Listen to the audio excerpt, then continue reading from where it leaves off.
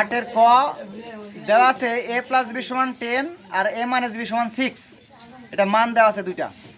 আমাদের অঙ্ক করতে বলা হয়েছে a square plus b square এর মান কত, a square plus b square এর মান কত। এখন যদি আমি a square plus b square শুরু করি, তাহলে a square plus b square সূত্র হবে a plus b whole square minus 2ab। আরেকটাও আছে সূত্র a minus b whole square plus 2ab। তো আমি a plus b whole square minus 2ab নিলাম, ভালো কথা। এখন a প্লাস b এর মান 10, তাহলে a প্লাস b এর মান 10 দেওয়া হয়েছে, মাথা স্কয়ার মাইনাস 2 গণিত। এখানে ab এর মান তো এখানে দেওয়া নেই আছে, এই কারণে আমাদের এই অঙ্কে আগে বের করতে হবে কার মান, আগে ab এর মান বের করে নিতে হবে, সূত্র করে ab এর মান বের করতে হবে।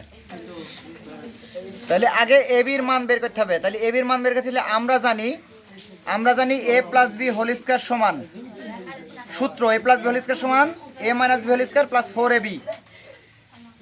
এবার a প্লাস b এর মান 10 আর a মাইনাস b এর মান 6 দেওয়া আছে, এই মানগুলা বসালাম। a প্লাস b এর মান 10 মাথা স্কয়ার সমান a মাইনাস b এর মান হচ্ছে 6 মাথা স্কয়ার প্লাস 4ab।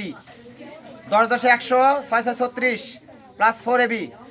এবার এখানে পক্ষান্তর করা হয়েছে, এই দিককারগুলো সব এদিকে নিয়ে আসছি, আর এই 10টা ওদিকে নিয়ে চলে, এই 100 ওদিকে নিয়ে চলে গেছে, চিহ্ন পরিবর্তন হবে না। তারপর 36 ওদিকে বিয়োগ হয়েছে, আর 4 ওদিকে গিয়ে আবার ভাগ হয়েছে, ফলাফল এবি সমান 16।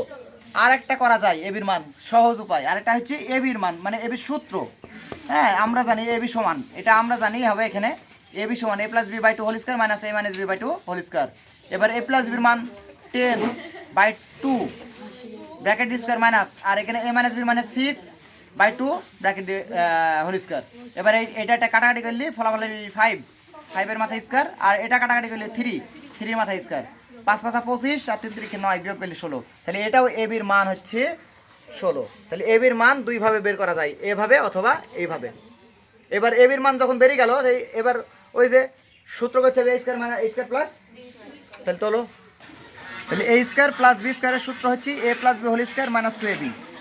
এবার a প্লাস b এর মান 10 মাথা স্কয়ার মাইনাস 2, আর ab এর মান 16 বের করলাম, আমরা বের করে নিয়েছি। এবার 10 10 100 আর 16 দুগুণে 32 বিয়োগ করলে 68। তাহলে এইটা হচ্ছে পুরো অঙ্ক।